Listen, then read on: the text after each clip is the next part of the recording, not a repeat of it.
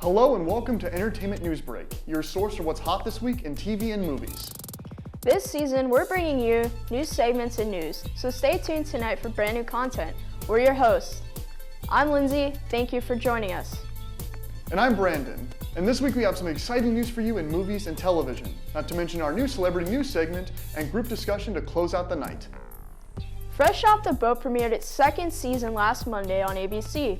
Fresh Off the Boat takes the classic sitcom and revamps it by following the life of a Taiwanese family as they adjust to life in an all-white community. Their second season premiere broke a historic record by celebrating the Chinese New Year for the first time on national television. Now let's check out the trailer. Don't forget to check out Fresh Off the Boat Mondays at 8:30 p.m. on ABC. Last Wednesday, ABC premiered the 5th season of their new comedy, Baby Daddy. Baby Daddy follows the life of Ben, who, after a one-night stand, is left with a baby at his doorstep.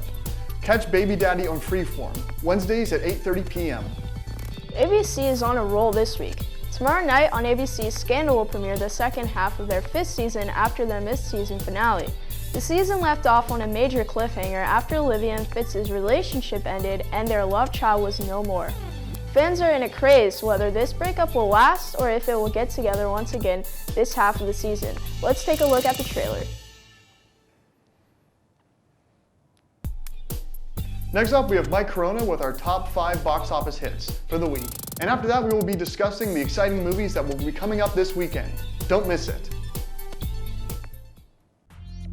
This week we have 5 must-see movies in the box office. I'm Mike and this is your box office top 5.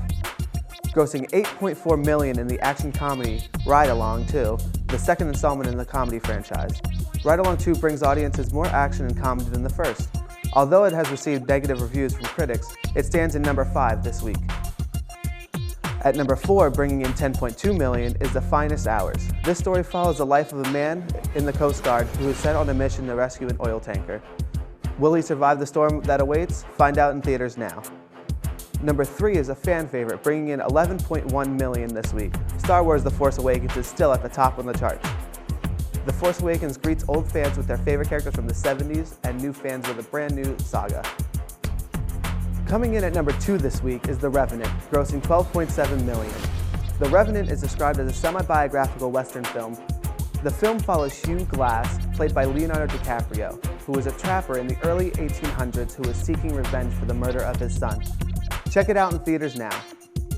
The film that takes number 1 in this week is the family favorite Kung Fu Panda 3, which brought in $41.2 million. This time around, Po is given the responsibility of the new teacher, whom everyone now must look up to. With the new responsibility, Po starts a journey of realization, friendship, and self-discovery. Kung Fu Panda 3 is definitely a film for both children and adults can enjoy. Well, it's been great. Check us out next week for the top 5 box office hits. I'm Mike, see you then. This week, we have some exciting new movies coming in the box office. I'm Lindsay. And I'm Brandon. And this Friday is the release of the sequel to the 2001 comedy Zoolander No. 2. The second installment brings together the old cast along with some new surprising faces such as Justin Bieber, Ariana Grande, Miley Cyrus, and Kim Kardashian. This time, Derek Zoolander goes on a hilarious mission to put a stop to the murders of the hottest musical celebs, all while his rival Jacob Megan is set free and seeking revenge. Let's take a look at the trailer. From the creators of Spider-Man, Captain America, and the Avengers comes the highly anticipated new film Deadpool. Marvel breaks barriers by releasing their first rated R film. And for the fans that don't already know, Deadpool is quite the character in the comics. Depicted as vulgar and violent, his movies staged true to the character. Fans are excited to finally see one of their favorite heroes finally on the big screen, with all the action and comedy included. Check out Deadpool this weekend in theaters. Just in time for Valentine's Day is the new romantic comedy How to Be Single. By the title of the new film, it may be more suited for those who are happily alone this holiday. The comedy follows a group of 4 friends who learn the importance and happiness of being single in the hopeless romantic city of New York. Let's take a quick look at the trailer of How to Be Single. Well, that's all the time we have right now. Check us out next week with more of your favorite movie news. Up next, we have Tiffany with some hot celebrity news coming your way. Don't miss it. Hey guys, this is your host Tiffany with last week's hottest celebrity news. After the release of his new music video, last week Zayn Malik confirmed that his makeout session was more than just that. Zayn confirmed the rumors that have been swirling for months around him and his music video co-star, Gigi Hadid. Sorry Zayn fans, but he is definitely taken. Following the trend of celebrity relationships, Laverne Cox was recently spotted at the SAG Awards after party with her new boyfriend, Jonah Fredericks. It was reported that the two were getting close and kissy throughout the evening. They apparently had known each other for some time. Jonah even posed with Laverne at the 2014 Emmy Awards. On a more serious note, Lupita Nyong'o brought light to the trending topic of the diversity controversy that has been blowing up the internet over this year's Oscars. There's no doubt that there is racial bias going on, but Lupita was the last actor of color to win an Oscar in 2014. Lupita said in an interview on the Today Show, "What we are asking for is really for more stories to be told, for inclusion in the stories that are told. I think that it's good for all of us when we hear a diverse number of stories and are able to experience more diversity. With so many diverse and exceptional actors in movies this year, it's amazing that none of them have been nominated. We can also wonder if this year's host, Chris Rock, will have something to say about the issue." Well guys, that's all this week's for news on your favorite celebrities. Up next, we have your host with this week's Black Box discussion. I'm Tiffany, see you next week. Hi, I'm your moderator for today. Welcome to, what is this?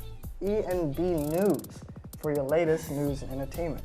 So, I don't know if you all have heard, but the Oscars kind of looking a little segregated. So, what do you guys think on the dropout of color and the lack of diversity that seems to be littering the Oscars this year?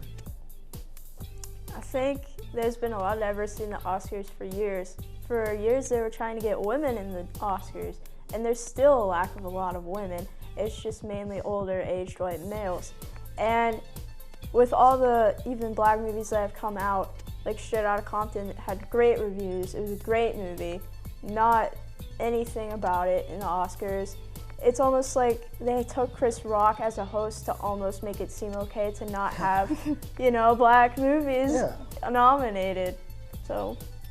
And when there is black movies, it's normally stuff that's stereotyped to, like the 1800s, like 12 Years a Slave winning Best Picture.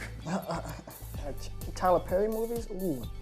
Yes, well, but those aren't winning Oscars. Yeah, I'm glad they aren't, because they don't really portray us very well, you know what I'm saying? I like Tyler Perry. You like Tyler Perry? You don't like Tyler Perry? Not really. Oh, wow. All right. Well, why do you like Tyler Perry movies? Because he's probably the only African-American director, writer, actor himself. Like, I can't think of anybody else. Stan Lee? Okay, true. Yeah. Spike Lee. What was it? There you go. Well, he's not really making anything at the moment. Chirac? But nothing that's blowing up TV or movies right now.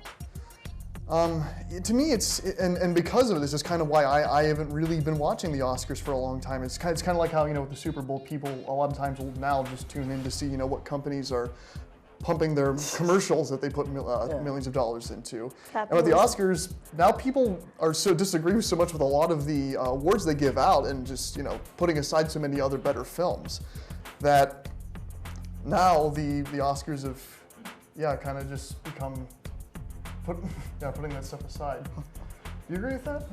Yeah, totally. And I just don't think it's a good representation. Like, I don't even know we don't know who decides what wins or what's nominated.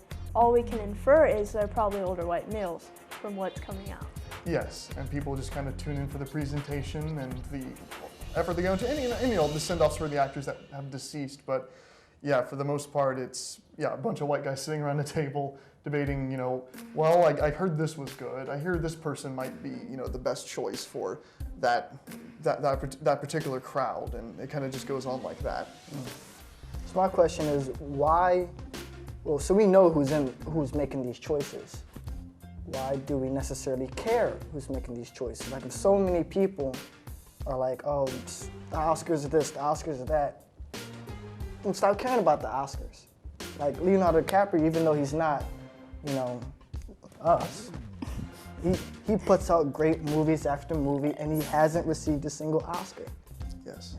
I personally don't think he cares about what the Oscars are saying because he's just doing him. And as everyone should just do themselves. And you'll produce way better stuff than if you're trying to reach someone else's standards than your own standards. Yeah. So that's my take, and I want to know what you all think on that.